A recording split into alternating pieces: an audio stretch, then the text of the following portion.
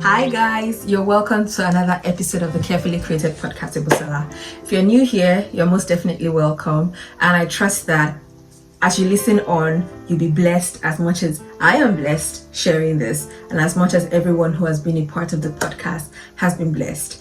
Okay, so I've been taking a course on Japan's development in context, and it has been getting me excited about learning a couple of things about the history of these people who the world thought was a closed nation. However, they were building internally. This is not Japanese history class. However, there is something about the history of Japan in the Rikyu period that I found very exciting. In that was around the 16th century Japan, and during that period Japan had started to embody a culture of hospitality, and with their hospitality they also had like tea serving and all of those things, fancy things. And one major part of that hospitality culture was a bowl called I think it's called the chiwan. I hope I'm even pronouncing these words right. Anyway, but this bowl was so precious, and it was so beautiful and so precious, but because it was made of breakable materials, I don't know if it's ceramics or something, and with the old fancy serving tea and all of that, it was very, very prone to breaking. And then they began to devise a means, that's the word, to devise a means to preserve these very precious bowls. And what they did was something called the Kintsugi. If I'm saying all these things wrong, don't worry, I'm going to write the correct things I'm just going to write it somewhere, right? And they had devised this means where they would use a special Japanese material, I think it was a lacquer, something like that, and they would use it to patch it up and paint it in gold. And every time these bowls came back, they came back even more beautiful than they were in the first place. I'm very sure that this is not the first time you're hearing this story. Probably you're hearing it in a different way because, well, I'm studying Japanese development in context and I have my glasses on to teach you Japanese history.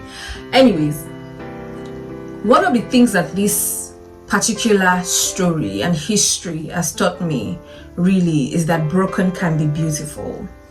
And I don't know where I first heard that sentence. I don't know if it was in the spirit or in the flesh, right? But I've always known that broken can be beautiful, where God can take what people would naturally discard and people would naturally just say, oh, this is good for nothing, right? And turn it into something so precious and something so brand new, right? That it will become a monument. Because everywhere, in fact, because we're no longer in the 16th century, these bowls and this tradition has even continued such that it's not about serving tea anymore. They are used in special places, and they are used for decorations and all of those things. And I wish I had one, right? While I was studying, I was like, maybe if while I was going all around, we're doing field trip, if I'd seen something like that, I probably would have bought it, right? Because it has such rich heritage, and it reminds me of God. Everything reminds me of God because everything is about Him, everything is for Him, we are all for Him and everything that was created.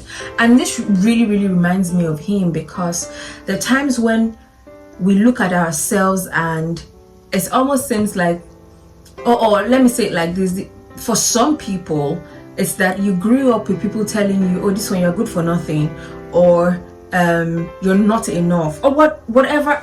And a lot of people are healing from adverse childhood experiences in whatever way or form that has it's such a pandemic, not even just it's such a pandemic that all over the world people are healing from different things that happened to them in childhood. And for some of such people, right, me inclusive, I'm not coming here to form Oyinbo and I'm speaking English. No, it's that we're healing from different things. And God is taking us through this healing process. And one of the things that he's telling us in all of these things is broken can be beautiful.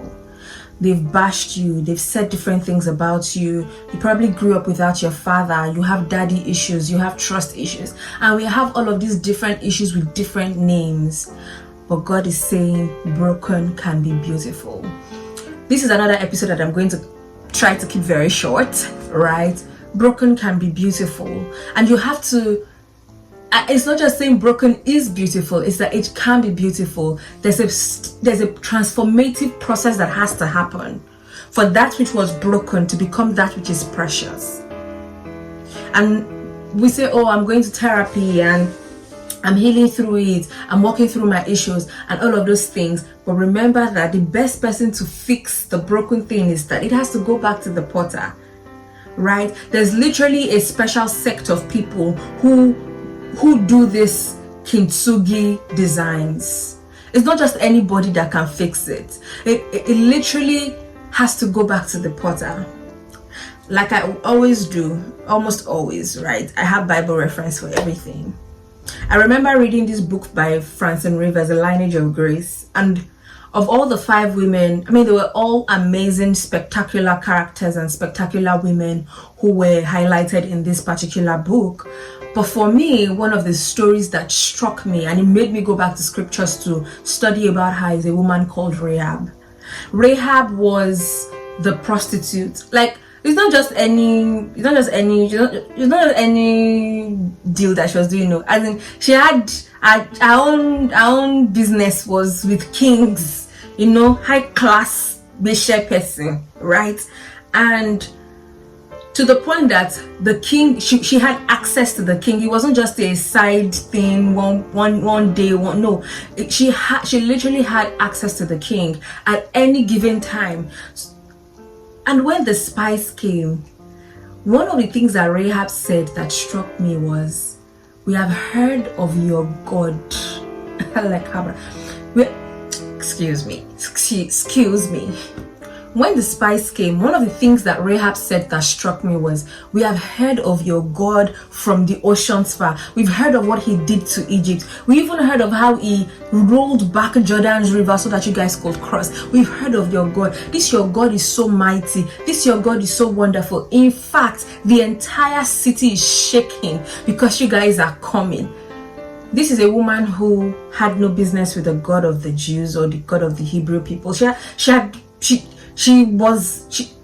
We all know our story, right?